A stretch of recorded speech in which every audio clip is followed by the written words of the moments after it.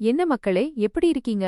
இன்னைக்கு ஒரு புது கதையோட வந்திருக்கேன். நம்ம ஹீரோ பேரு ஜியூ. ஒரு மரம், ஆனா மனுஷனா மாற ஆசைப்படுறான் பாருங்க.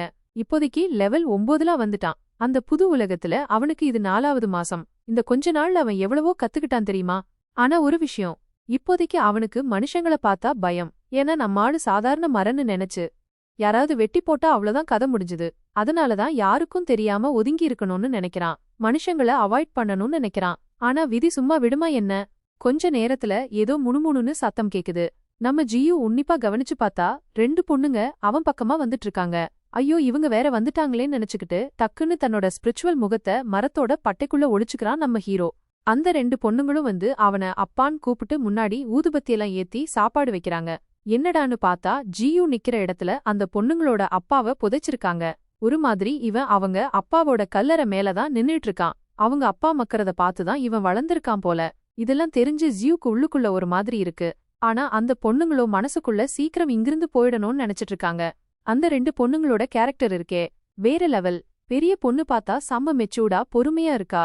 சின்ன பொண்ணு சுத்த குட்டி பொண்ணு மாதிரி எப்பவும் அவசரமா ஏதாவது பண்ணிட்டு இருப்பா. சில டைம்ல அவ பொறுமை இல்லாம அவங்க அப்பாவுக்கு வச்ச படையிலேயே சாப்பிட்டுடுவா பாருங்க. கொஞ்ச நேரம் சாமி கும்பிட்டுட்டு அந்த 2 பொண்ணுங்களும் பக்கத்துல இருக்கிற ஆத்துல குளிக்க போறாங்க. அங்க அவங்க செம்ம ஜாலியா குளிச்சிட்டு இருக்காங்க. அவங்க சிரிப்பு சத்தம் கேட்டதும் நம்ம ஜியூக்கு கண்ட்ரோலே போச்சு. அவங்கள குளிச்சிட்டு இருக்கிறத பாக்கணும்னு ஆசை வந்துருச்சு. மறைஞ்சு நின்னு எட்டி பாக்கலான்னு பார்த்தா மத்த மரங்க குறுக்க வந்து மறைக்குது. கடுப்பாயிடுச்சு நம்மாளுக்கு. அடங்கொன்னியா, இவன் என்ன பண்ணான்னு பாருங்க. அவ்வளவு ஆசையா இருந்தவன் தன்னோட வேற புடுங்கி அவங்க பக்கத்துல போய் அவங்க குளிச்சிட்டு இருக்கிறத பாக்குறான் பாருங்க. கொஞ்சம் ஓவராத்தான் போறான் நம்ம ஹீரோ. குளிச்சு முடிச்சதும் அந்த 2 பொண்ணுங்களும் அவங்க அப்பாக்கு டாட்டா காட்டிட்டு போயிடுறாங்க.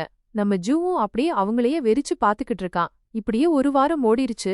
மேல பார்த்தா அமைதியா இருக்கிற மாதிரி இருக்கிற அந்த காடு உள்ளுக்குள்ள பயங்கரமான சண்டை காடு.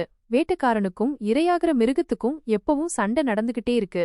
நம்ம ஜூவோட ஃபால்கன்ஸ்லாம் இப்போ நல்லா பெருசா ஆகி லெவல் 3ல வந்துட்டாங்க.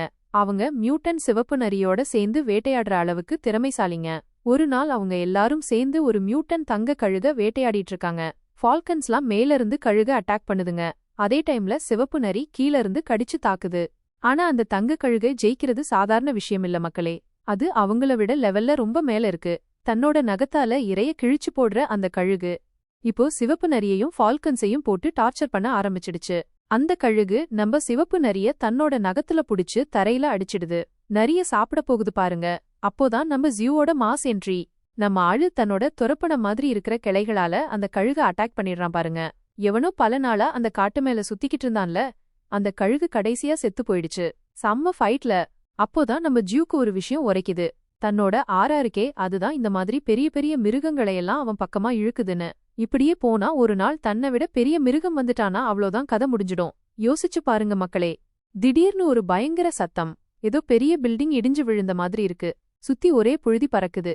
என்னடா நடக்குதுன்னு பார்த்தா கொஞ்சம் அமைதியானதும் ஜியூக்கு டக்குன்னு ஒரு வார்னிங் மெசேஜ் வருது. அவன் எவ்வளவோ தன்னோட கிளையையும் ஆறாவையும் மறைச்சு வச்சிருந்தான். ஆனா அந்த எதிரி இப்போ அவன் முன்னாடி வந்து நிக்கிறான். யாரு அந்த எதிரி தெரியுமா? ஒரு டோமஹாக் ஸ்னேக். லெவல் 9லாம் போயிட்டான் அந்த பாம்பு. அதோட தலையிலையும் கால்லையும் கத்தி மாதிரி இருக்கு. அந்த கத்தி ஒரு மரத்தையே ஈஸியா வெட்டிடோம்லாம். அந்த பாம்பை பார்த்ததும் நம்ம மியூட்டன் சிவப்பு நரி